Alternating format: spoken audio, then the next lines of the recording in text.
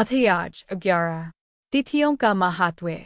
अब श्री सनत कुमार ने भगवान श्री सदाशिव से विनय की, प्रभो, मैं आपसे सब वारों के व्रत को सुन चुका हूँ। हे देव, आपके वाणी रूप अमृत का पान करने पर भी तृप्ति नहीं हो रही है।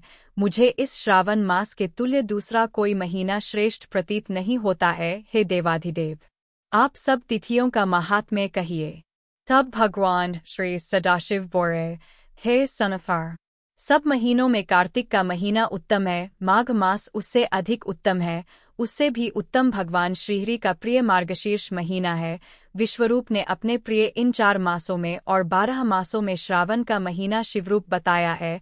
अब मैं श्रेष्ठ तिथियों को तुमसे कहूँगा। सभी तिथियों में जो व्रत है वह सब मैं तुमको बतलाऊंगा। श्रावण मास की प्रतिपदा तिथि सोमवार युक्त हो तो उस मास में 5 सोमवार होंगे। ऐसे योग का रोटक व्रत नाम होता है। उसी दिन मनुष्यों को व्रत करना चाहिए। सारे 3 मास का भी रोटक व्रत होता है।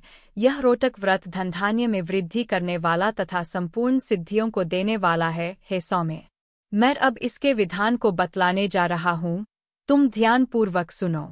श्रावण मास के शुक्ल पक्ष की प्रतिपदा को प्रातः उठकर ज्ञानी को रोटक व्रत का संकल्प करना चाहिए।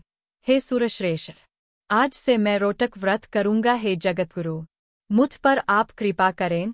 यो संकल्प करके प्रतिदिन भगवान सदाशिव का अर्चन करें। अखंडित बिल्वपत्र, तुलसी दल, नीलकमल, कमल, कलहार, कुसुम, चंपा, मालती, कुंद, अर्क आदि पुष्पों तथा नाना प्रकार के ऋतुकालीन अन्य फूलों से धूप, दीप, नैवेद्य तथा नाना प्रकार के फलों से अर्चन करना चाहिए। विशेष रूप से रोटकों का नैवेद्य अर्पण करना चाहिए। पुष्पाहार नाम से 5 रोटक बनाने चाहिए। उनमें से 2 रोटक ब्राह्मण को देने चाहिए, 2 रोटक आप खाए और 1 रोटक नैवेद्यार्थ भगवान सदाशिव को समर्पित करना चाहिए। अवशिष्ट अर्चन करके ज्ञानी को अर्घ्य देना चाहिए। केला, नारिकेल, जंबीरी, बिजौरा, नींबू, खजूर, ककड़ी, दाख, नारंगी, मातुलिंग, अखरोट, अनार और ऋतु में होने वाले फलों को अर्घ्य दान के लिए उत्तम कहा गया है। अब इस व्रत का पुण्य फल कहता हूँ जो सप्तसागर पर्यंत भूमिदान करने से प्राप्त होता है। वह फल मनुष्य को इस व्रत के सविधि करने से सहेज में मिल जाता है। वह मनुष्य जो अपार धन की प्राप्ति की इच्छा रखता है, उसको यह व्रत 5 वर्ष तक करना चाहिए। रोटक व्रतोद्यापन भी करना चाहिए। उद्यापन में सोने के 2 रोटक बनाने चाहिए। पहले दिन अधिवासन करके अन्य दिनों में प्रातः काल शिव मंत्र द्वारा घी तथा सुंदर बिल्वपत्रों से हवन करना चाहिए। हे वत्स, इस प्रकार व्रत करने से मनुष्य की सभी कामनाएं पूर्ण हो जाती है। हे महामुने, अब मैं तुम्हें द्वितीया के शुभ व्रत के संबंध में बतलाऊंगा, जिसके करने से मनुष्य को धन तथा पुत्र की प्राप्ति होती है। औटुंबर नामक व्रत सब पापों को नष्ट करने वाला है। ज्ञानी को चाहिए कि श्रावण मास के आने पर शुभ तिथि द्वितीया में प्रातःकाल संकल्प करके विधिवत व्रत करे। जो स्त्री पुरुष इस व्रत को करेंगे वह सब संपत्तियों के अधिकारी होंगे। इसमें गूलर, उदुम्बर वृक्ष का अर्चन करना चाहिए। गूलर के न मिलने पर व्रती को चाहिए कि दीवार पर गूलर के पैर का चित्र अंकित करे और मंत्रों से उसका पूजन करें। हे उदुम्बर, आपको नमस्कार है। हे हिमपुष्पक, आपको नमस्कार है।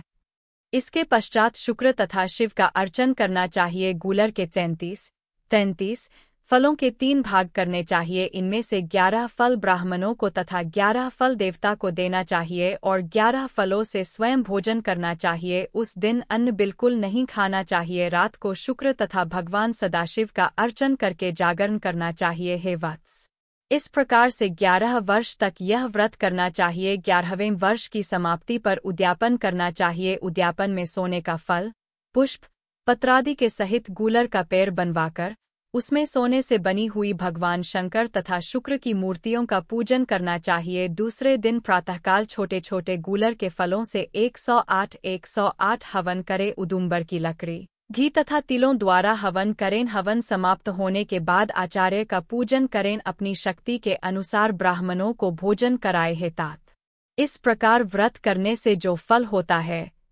अब उसे सुनो। जैसे यह पेड़ बहुत फलों से युक्त होता है, वैसे ही साधक के यहाँ बहुत से पुत्र होते हैं और उसके वंश की वृद्धि होती है। जिस प्रकार सोने के फलों से लदा हुआ यह पेड़ है, उसी प्रकार व्रती भी धनपति हो जाता है। भगवान श्री सदाशिव ने कहा, मैंने यह व्रत किसी दूसरे पर प्रकट नहीं किया है, इस गोपनीय व्रत को केवल तुमसे ही कहा है। इसमें संशय न करके यह व्रत श्रद्धा, भक्ति से करना चाहिए।